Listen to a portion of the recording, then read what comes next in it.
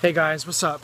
Chili Beast here, and in Hawaii, in a few days a hurricane's gonna hit us. Actually, two storms, one after another, and just wanted to show you guys all my pepper plants that I need to move into my garage.